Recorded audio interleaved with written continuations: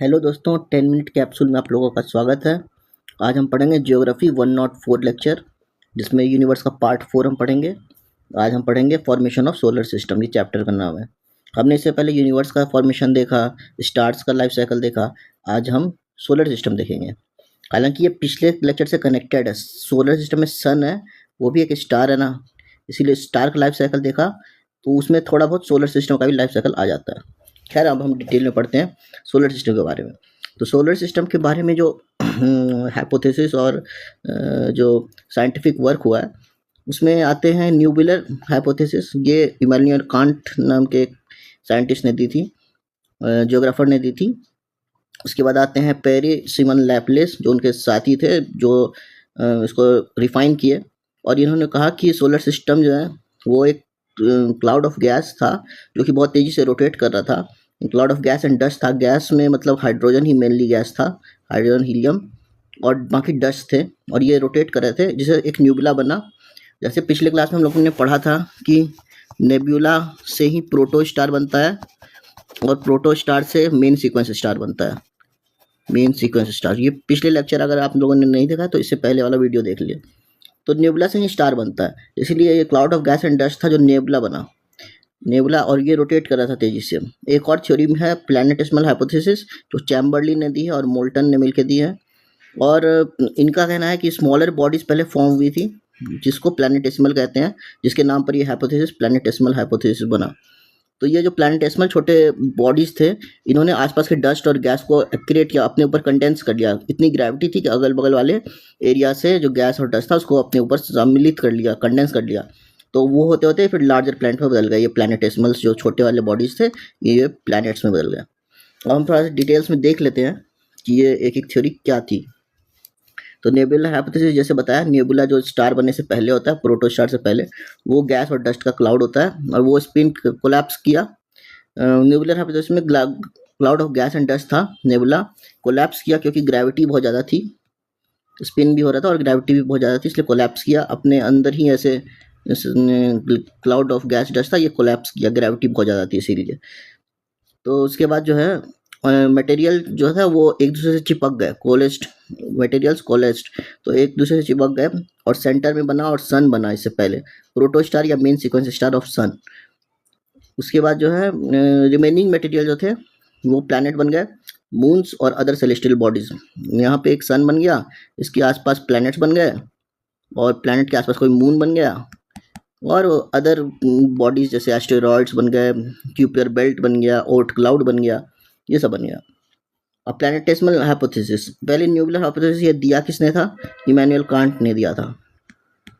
Nebular प्लैनेटेसिमल hypothesis ये दिया था चैम्बरलिन ने।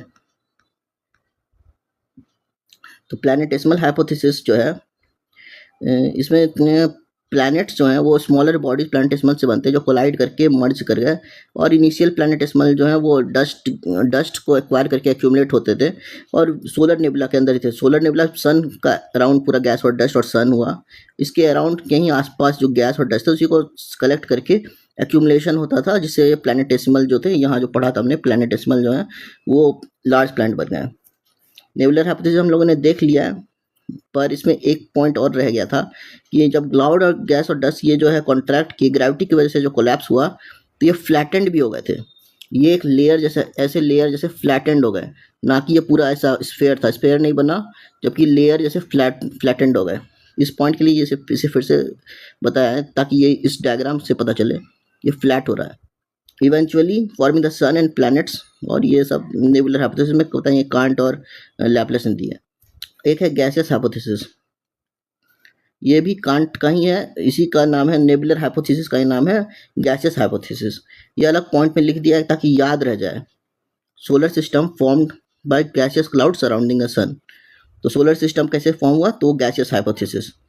प्लैनेटेसिमल हाइपोथेसिस का एक और लाइन है, प्लैनेटेसिमल्स कोलाइड एंड न्यूक्लिएट। अगर एक लाइन में बताना है तो ये गैसियस हाइपोथेसिस बता सकते हैं। प्लैनेटेसिमल हाइपोथेसिस के लिए एक लाइन में ये थॉमस चैम्बरलिन वाला ये लाइन डाल सकते हैं। अगर ज़्यादा डिटेल्स में बताना है 2-3 लाइन में, तो ये वाले पॉइंट्स डाल सकते हैं। तो इस यही 2 इंपॉर्टेंट थ्योरीज है, और कुछ ये बिग बैंग थ्योरी के हिसाब से जो भी ये सही है, बिग बैंग थ्योरी के हिसाब से भी ये सही है, क्योंकि इनके हिसाब से इंक्लूडिंग अर्थ, यूनिवर्स और अर्थ जो है एक्सट्रीमली हॉट डेंस स्टेट से फॉर्म हुआ।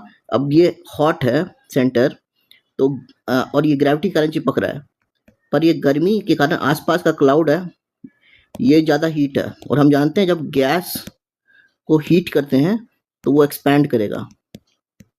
आसपास का क्लाउड जो हीट हो गया वो एक्सपैंड करने लगा, अंदर के क्लाउड्स कोलैप्स किए, आउटसाइड का क्लाउड एक्सपैंड किया, पर ग्रेविटी की वजह से ये क्लाउड ज़्यादा दूर नहीं जा पाया, इसलिए सेंटर के चारों तरफ घूमने लगा है ये क्लाउड्स। और इसी में छोटे छोटे बॉडीज जो है जो डस्ट और क्लाउड था इस पूरे ऑर्बिट्स में, उसको कलेक्ट कर लिए और अल्टीमेटली ऐसे जो है सर ऑर्बिट्स बन गया, उसमें प्लैनेट्स है जो क्लाउड को अपने में एक्यूमुलेट कर लिए, डस्ट और क्लाउड को आसपास में। तो समझ गया, पहले सेंटर पे कोलैप्स किया, बाहर वाले गैस एक्सपैंड किए, और जो है ये एक्यूमुलेट और एक्रीशन की वजह से प्लैनेट्स बन गए।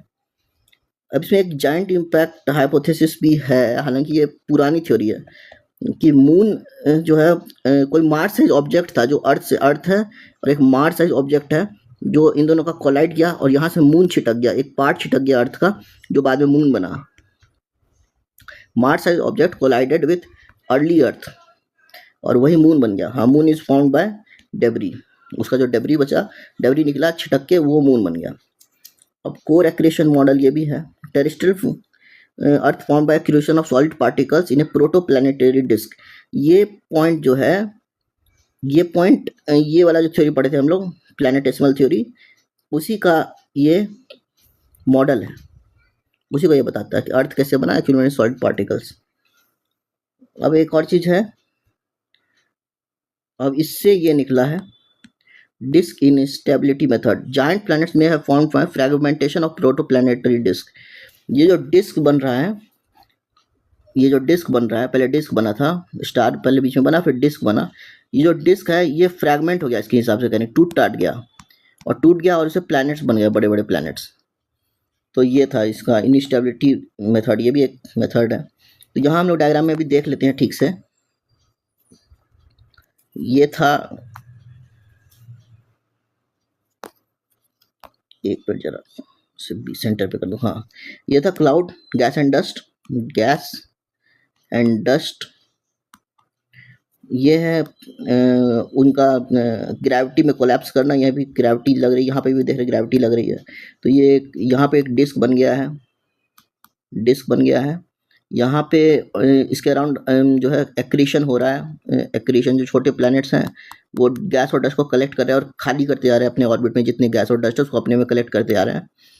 यहाँ पे जो है प्लैनेटेसिमल्स देख सकते हैं, अगर उसके हिसाब से देखें, प्लैनेटेसिमल चैम्बरलिन के हिसाब से प्लैनेटेसिमल्स देख सकते हैं, ये छोटे छोटे प्लैनेट जो बन रहे हैं। और न्यूबुलर हाइपोथेसिस के हिसाब से ये कंडेंस हो रहे हैं, पुराने गैस और डस्ट जो है वो प्लैनेट में बदल रहे हैं। और यहाँ पे फाइनली हमारा सोलर सिस्टम बन गया, सोलर सिस्टम। अब इसमें हम लोग एक चीज़ और देख लेते हैं, जो न्यूबुलर हाइपोथेसिस है, मटेरियल कोलेस्ड, ये वर्ड बहुत इंपॉर्टेंट है। मटेरियल एक्यूमुलेटेड अगर आप कहेंगे एक्रेशन, तो एक्यूमुलेशन हो जाएगा, तो प्लैनेटेसिमल हाइपोथेसिस हो जाएगा। अगर कोलेस्ड कहेंगे जो towards at the centre of sun, material while remaining material of in the form of disc, form the planets. तो ये आपका जो है नेबुलर हाइपोथेसिस। ये टर्म्स हैं ऐसे कि इस टर्म को इस्तेमाल जो है प्लैनेटेसिमल हाइपोथेसिस के लिए किया जाता है और कोलेस्ड को इस्तेमाल किया जाता है नेबुलर हाइपोथेसिस के लिए। क्योंकि कोलेस्ड का मतलब होता है एक गैस है जो कोलेस्ड कर गई आपस में, और एक्यूमुलेशन मतलब डस्ट और गैस जो आसपास है वो सब इसमें आके चिपक गया, और ये है कोलेस्ड कर गया, एक कंडेंस फॉर्म में बदल गया। और जबकि एक्यूमुलेशन ऑफ डस्ट ग्रेन्स है, ये आसपास के इलाके से आके चिपक गया ग्रेविटी की वजह से। अब जो है ये लिखने का तरीका साइंटिफिक टर्म्स हैं, तो जो आप लोग यूज़ कर सकते हैं। अब इसमें एक बहुत इम्पॉर्टेंट बात है जो यूजुअली लोग मिस कर जाते हैं। सन जो है, हमारा सन जो है,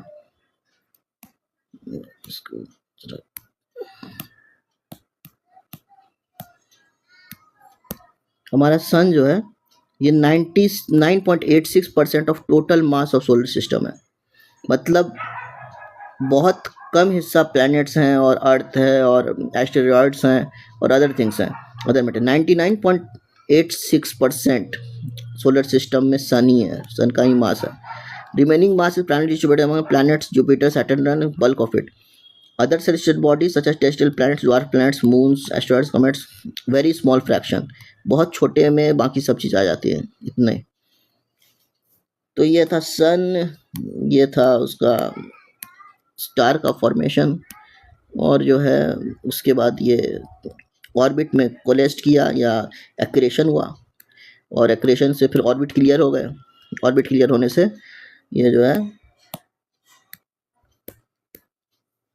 ऑर्बिट क्लियर होने से ये आखिरी में प्लैनेट्स बन गए और इनकी ऑर्बिट्स बन गई और ये सोलर सिस्टम बन गया। ये है सोलर सिस्टम, हमारा एंड पॉइंट। अब जो है आगे देखते हैं, यहाँ पे और एक चीज़ें हैं। अब देखिए यहाँ पे सिर्फ सोलर सिस्टम की बताई चीज़ें विदाउट नेमिंग द हाइपोथेसिस। अगर शुरुआत से सोलर सिस्टम कैसे बना, सारे हाइपोथेसिस को मिला के हम ये डिटेल्स निकाल सकते हैं कि ये मेन चीज़ है, ऐसे बना। अगर डायरेक्टली पूछा जाए सोलर सिस्टम कैसे बना और ये ना कहा जाए कि कौन सा आप हाइपोथेसिस यूज़ कर रहे हैं, तो हम लोग ये बताएंगे। सोलर सिस्टम जो है 4.6 बिलियन ईयर्स एगो बना, यानी 450 करोड़ साल पहले। 1 बिलियन ईयर्स होता है 100 करोड़ ईयर्स, तो 4.6 बिलियन ईयर्स हो गया 460 करोड़ ईयर्स, ये याद रखिएगा टर्म। और 1 मिलियन होता है 10 लाख।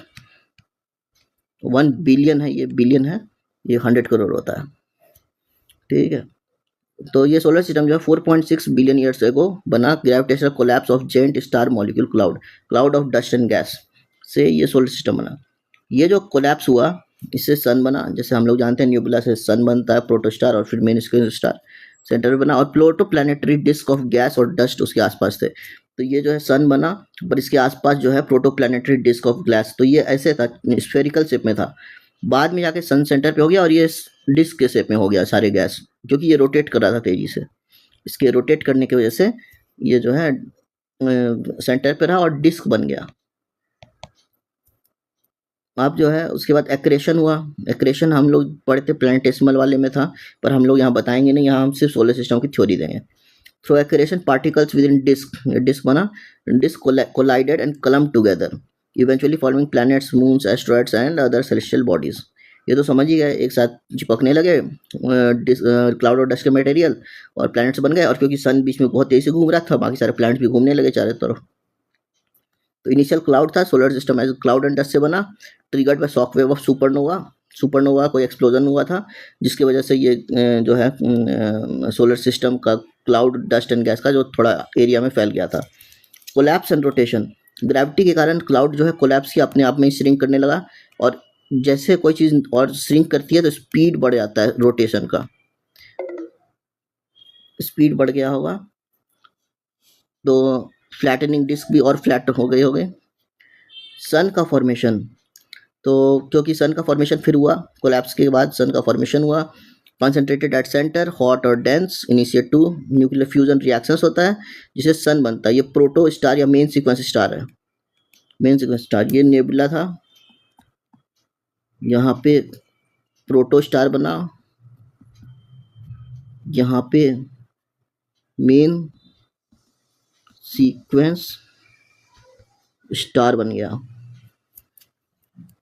अब प्लैनेटरी एक्सलेरेशन हुआ, मटेरियल जो थे डिस्क में, प्रोटो प्लैनेटरी डिस्क में जहाँ डस्ट और क्लाउड गैस कोलाइड कर रहे थे, stuck together gradually growing to planetesimals या इवेंचुअली प्लैनेट्स। तो प्लैनेटेसिमल पुराने ओरिजिनल जो है बेसिस ऑफ प्लैनेट्स हैं, जो पुराने छोटे मटेरियल्स थे जो जिसके चारों अराउंड गैस और डस्ट चिपक रहे थे, उन्हें प्लैनेटेसिमल कहते हैं। वही आगे जाके प्लैनेट्स में बदल गया। ये प्लैनेटेसिमल थ्योरी का पार्ट ये।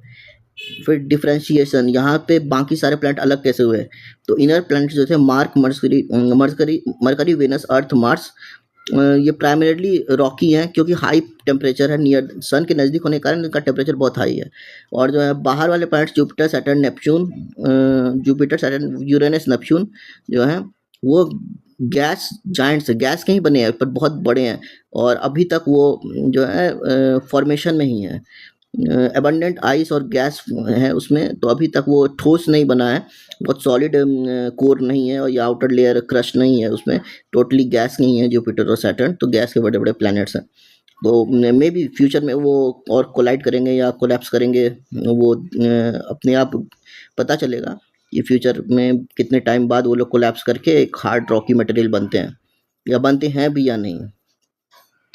अब मून्स कैसे बना, तो मून्स को बोलते हैं कि सब मून्स फॉर्म फ्रॉम प्रोटोप्लैनेटरी डिस्क। ये अगर हम ये वाला नेबुलर हाइपोथेसिस लें तो gas off cloud and dust जो है प्लैनेट के आसपास वाले, वो भी प्लैनेट की चारों तरफ घूमने लगे, तो वो भी उसमें भी मून वैसे ही बन गया जैसे प्लैनेट बना था सन के अराउंड, वैसे मून बन गया प्लैनेट के अराउंड। लेकिन अगर हम ये प्लैनेटेसिमल हाइपोथेसिस लेंगे तो हमें ये बताना होगा कि ये भी जो है प्लैनेट जो है ये अपने आसपास की क्लाउड और डस्ट को एक्यूमुलेट कर रहा था और इसके अराउंड भी जो मून है वो भी अपने आसपास एक्यूमुलेट कर रहा था, एक्रीट कर रहा था cloud and gas and dust को। तो उसके वजह से ये भी एक तरह का प्लैनेट के आसपास का एक छोटा प्लैनेटेसिमल जैसा चीज़ है जो कि मून में कन्वर्ट हो गया प्लैनेट में होने के बजाय, क्योंकि ये खुद किसी प्लैनेट के अराउंड रिवॉल्व करने लगा, इसीलिए मून्स बने। मून्स क्या थे, प्लैनेट, और इसमें डिफरेंस बताता हूँ। प्लैनेट जो होते हैं वो सन के अराउंड मूव करते हैं, और मून जो होते हैं वो प्लैनेट के अराउंड मूव करते हैं। यहाँ पे प्लैनेट होगा उसके अराउंड मूव करते हैं, तो ये फ़र्क है। मून्स बन गया, अब बाकी बचे हुए जो चीज़ थे वो एस्टेरॉयड्स, कॉमेट्स, डेब्री बन गए। अब देखिए यहाँ पे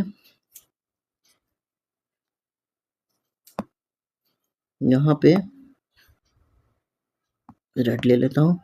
बेस्ट थ्योरी जो है सोलर नेबुला हाइपोथेसिस है, जो किसने दिया था अगर आप लोग को याद होगा तो कांट ने दिया था, इमैनुअल कांट नाम के आदमी थे, उन्होंने बताया था सोलर नेबुला थ्योरी। अर्थ जो है सोलर सिस्टम से के साथ ही giant gas, swirling gas, cloud and dust हुआ, नेबुला जिससे हम लोग स्टार बनाते हैं, और क्लाउड जो है कोलैप्स किया अपनी ग्रेविटी में, मेजॉरिटी ऑफ मटेरियल एक्रेट किया सेंटर पे, 99.86% सन है total mass of solar system में, सन 99.86% है, तो सन बन गया। रिमेनिंग मटेरियल जो है बहुत कम मटेरियल जो बचा वो बाद में प्लैनेट्स बन गए, और एक्रेशन का प्रोसेस हुआ।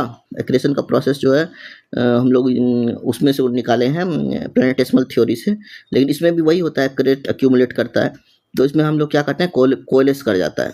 इसमें हम लोग ये टर्म यूज़ करते हैं, कोलेस कर जाता है। एक सेकंड मैं चेक कर लेता हूँ स्पेलिंग जो है, हाँ, कोलेस ये कर जाता है, यहाँ लिखी हुई है स्पेलिंग, आप लोग देख सकते हैं ये वाली कोलेस, हाँ, तो ये कर जाता है, तो ये लिखना ज़्यादा बेहतर होगा। और dust and grains collide and stuck together eventually forming larger and larger bodies, coalesce कर जाता है। तो अब जो है इसकी डिटेल्स जो है सोलर, ये हम लोग पढ़ ही चुके हैं, पर आप लोग एक बार रीड कर लीजिएगा इसे, मैं ज़रा सेंटर पे डाल देता हूँ। हाँ, सोलर नेबुला बना, ग्रेविटेशनल कोलैप्स हुआ 4.5 बिलियन ईयर्स अगो, ग्रेविटी बने under stone triggered by shock wave and supernova. और सोलर नेबुला किसे बना था, cloud of gas and dust, gas मतलब हाइड्रोजन हीलियम, ठीक है, उससे ग्रेविटी कोलैप्स हुआ, उससे प्रोटोसन बना जो हम लोग बोलते हैं प्रोटोस्टार। प्रोटोस्टार कहाँ से बनता है, नेबुला से बनता है, और नेबुला से प्लन के फिर जो है मेन सीक्वेंस स्टार बनता है, मेन सीक्वेंस स्टार। तो यहाँ पे प्रोटोसन बना, तो नेबुला फिर कोलैप्स किया, स्पिन किया फास्टर, और मटेरियल खिंचा गया ग्रेविटी की वजह से सेंटर की तरफ, प्रोटोसन बन गया। एक्रेशन डिस्क बना, एक्रेशन ये डिस्क के फॉर्म में हो गया, फिर क्लाउड सन के चारों तरफ घूमते हुए, रोटेटिंग डिस्क बन गया सन के चारों तरफ घूमते हुए, इसे एक्रेशन डिस्क कह सकते हैं, रोटेटिंग डिस्क कह लें। प्लैनेटेसिमल फॉर्मेशंस क्या हुआ, ये एक्चुअली जो डिटेल एक्सप्लेनेशन है ना, ये नेबुलर प्लस प्लैनेटेसिमल हाइपोथेसिस है, प्लैनेटेसिमल हाइपोथेसिस। तो न्यूबुलर प्लस प्लैनेटेसिमल, यानी इसमें जो है हम लोग दोनों को मिला के यूज़ कर रहे हैं। इसमें ये जो है नेबुलर हाइपोथेसिस प्लस प्लैनेटेसिमल हाइपोथेसिस, ये दोनों यूज़ कर रहे हैं मिला के। तो यहाँ पे बता रहे हैं जैसे हम लोग प्रोटोप्लैनेट बना, प्लैनेटेसिमल फॉर्मेशन हुआ, डिस्क बना, डिस्क के में जो प्लैनेट्स थे बड़े बड़े, वो आसपास के ग्रेन्स को और गैस को क्लम्प करने लगे टुगेदर अपनी ग्रेविटी की वजह से, इलेक्ट्रोस्टैटिक फोर्सेज और ग्रेविटी की वजह से बड़े बड़े लार्जर बॉडीज बन गए प्लैनेटेसिमल्स। तो पहले देखें, सन जो है ये गैस को खींचता है चारों तरफ, तो एक सन बन जाता है, उसके अराउंड डिस्क बन जाता है।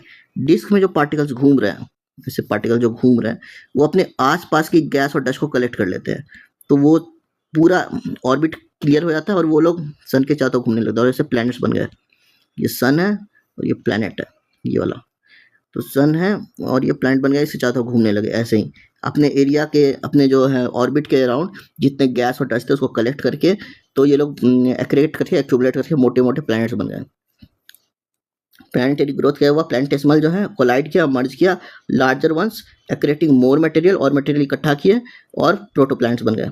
फिर उसी तरह अब प्रोटोप्लैनेट्स मतलब अर्थ के से जस्ट पहले वाले प्लैनेट्स, मतलब अर्थ का ही पुराना फॉर्मेशन, उससे अर्थ बना। अर्थ कैसे बना, और कोलिजन हुआ और मर्जर हुआ। पहले छोटा सा अर्थ बना था गैस और डस्ट को एक्यूमुलेट करके, फिर जब ये सबको एक्यूमुलेट करके आया तो ये बड़ा सा बन गया, ये सब गैस और डस्ट में चिपक गया, प्रोटो अर्थ में चिपक गया। तो फिर इससे जब गैस और डस्ट चिपक गया तो ये बड़ा सा अर्थ बन गया, थोड़ा सा साइज बढ़ जाता है और अर्थ बन जाता है, अर्थ फॉर्मेशन। तो countless organic mergers each gradually grew in current size, बड़ा हो गया साइज में, बताया मैंने, और कंपोजिशन में भी, क्योंकि बहुत सारी चीज़ें चिपकने लगी ग्रेविटी की वजह से अर्थ में। तो उसके बाद फिर है मून कैसे बना, तो जाइंट इम्पैक्ट हुआ मार्स साइज ऑब्जेक्ट से और मून बना दिया। यहाँ पे मान लेते हैं यहाँ पे अर्थ है और यहाँ पे मार्स के साइज का जाइंट इम्पैक्ट हुआ, तो अर्थ के हिस्से का एक पार्ट ये निकल जाता है बाहर, तो ये जो है ये बाहर निकल जाता है, और यही बाद में ये अर्थ है, इसके चारों तरफ मून बन जाता है। ये जो बाहर निकला छिटकने की वजह से, इससे टकराया, यहाँ से पार्टिकल छिटक गया, जो पार्ट छिटक गया वही मून बन जाता है। तो Mars size object is believe to have formed the moon. तो ये अर्थ है, ये मार्स साइज ऑब्जेक्ट है, जिससे टकराया और ये मून बन गया। ठीक है। Differentiation, as earth grew heavier elements like iron sank towards the centre. जहाँ पे भी हैवी एलिमेंट्स हैं वो तेजी से ग्रेविटी की ओर खिंचाते हैं, ज़्यादा स्पीड से और ज़्यादा फोर्स से। जितना मास ज़्यादा होगा उतनी ग्रेविटी का असर ज़्यादा होता है, इसीलिए जो हैवी एलिमेंट्स हैं वो सेंटर की तरफ चले गए, forming the core. Lighter elements हैं वो क्लोजर सरफेस पे थे पर मेंटल और क्रस्ट बने। हैवी एलिमेंट सिंक जल्दी करता है, अगर आप पत्थर फेंकेंगे पानी में तो ज़्यादा जल्दी सिंक कर जाएगा, और वुड फेंकेंगे तो वो शायद तैरने लग जाए, इसीलिए हैवी एलिमेंट्स सेंटर पे चले गए अर्थ के, जहाँ पे ग्रेविटी था, और बाहर वाले एलिमेंट्स सरफेस पे मेंटल और कोर क्रस्ट बन के रह गए। एटमॉस्फेयर एंड ओशियंस, ये इनका भी फॉर्मेशन हुआ फिर लेटर पीरियड में। एक बार क्रस्ट मेंटल कोर बन गया, उसके बाद एटमॉस्फेयर और ओशियन बन गया। वोल्केनिक एक्टिविटी की वजह से गैसेस रिलीज हुए अर्थ इंटीरियर से, और यही एटमॉस्फेयर, यही गैस आज एटमॉस्फेयर है। अर्थ के इंटीरियर से जो गैस निकले वही अब एटमॉस्फेयर है। और वाटर वेपर जो है वो भी कंडेंस हो गया, बारिश हुआ या कंडेंस हुए और ओशियंस बन गया। ये वाटर वेपर से ओशियंस बन गया। इसको क्या कहते हैं, नेबुलर हाइपोथेसिस या solar nebula theory, most widely accepted explanation for formation of solar system and earth. अब इसमें और भी है, अभी हम लोग और भी देखेंगे। ये डायग्राम तो देख ही लिया है, पर इसमें हम एक नेक्स्ट लेक्चर में मैं कुछ दिखाऊंगा आपको, या फिर इसी लेक्चर में देख लेते हैं। अभी पॉज करते हैं। हेलो दोस्तों, हम लोग देख रहे थे फॉर्मेशन ऑफ सोलर सिस्टम। तो इसमें पहले जो है आप लोग ये एक सिमुलेशन था, उसके मैंने डायग्राम्स फ़ोटो खींचे हैं, उसमें आप देख सकते हैं। ये जो है पहले डस्ट था और ये नेबुला है। प्रोटो स्टार फॉर्म हुआ, पुराने डस्ट चिपकने लगे, कोलैप्स करने लगे, एक्यूमुलेट करने लगे, तो जो है उसमें से प्रोटो स्टार सन फॉर्म हुआ। फिर ये इसका जो है डिस्क बनने लगा, यहाँ पे ये डिस्क जैसा बनने लगा चारों तरफ। फिर ये जो है उस डिस्क में को जूम आउट किया तो उसमें से बाकी सारे गैस और डस्ट आसपास घूम रहे हैं, तो ये थोड़ा जो है कुछ डॉट्स जो है वो आसपास का एरिया को क्लियर करने लगे, कंडेंस होने लगा, गैस कंडेंस किया। तो फिर जो है ये और प्लैनेट्स जो हैं इकट्ठा करने का, और ये धुंध से हट के थोड़ा थोड़ा सॉलिड प्लैनेट्स बनने लगे, गैसियस भी प्लैनेट्स भी बनने लगे, आसपास में चिपक के क्लाउड और गैस एंड डस्ट जो है चिपकने लगे। फिर ये है, यहाँ आप लोग देखेंगे हाँ, ये सन बना और ये सारे प्लैनेट्स हैं, ये सारे प्लैनेट्स हैं और ये बन रहे हैं। अल्टीमेटली आसपास का क्लाउड और गैस डस्ट सब चिपक गया इन प्लैनेट्स और सन में, और ये फाइनल है हमारा सोलर सिस्टम। ये है सोलर सिस्टम। आज के लिए बस इतना ही, इस लेक्चर में हम इतना ही देखेंगे। थैंक यू, और लाइक और सब्सक्राइब कर दीजिएगा अगर आपको पसंद आया।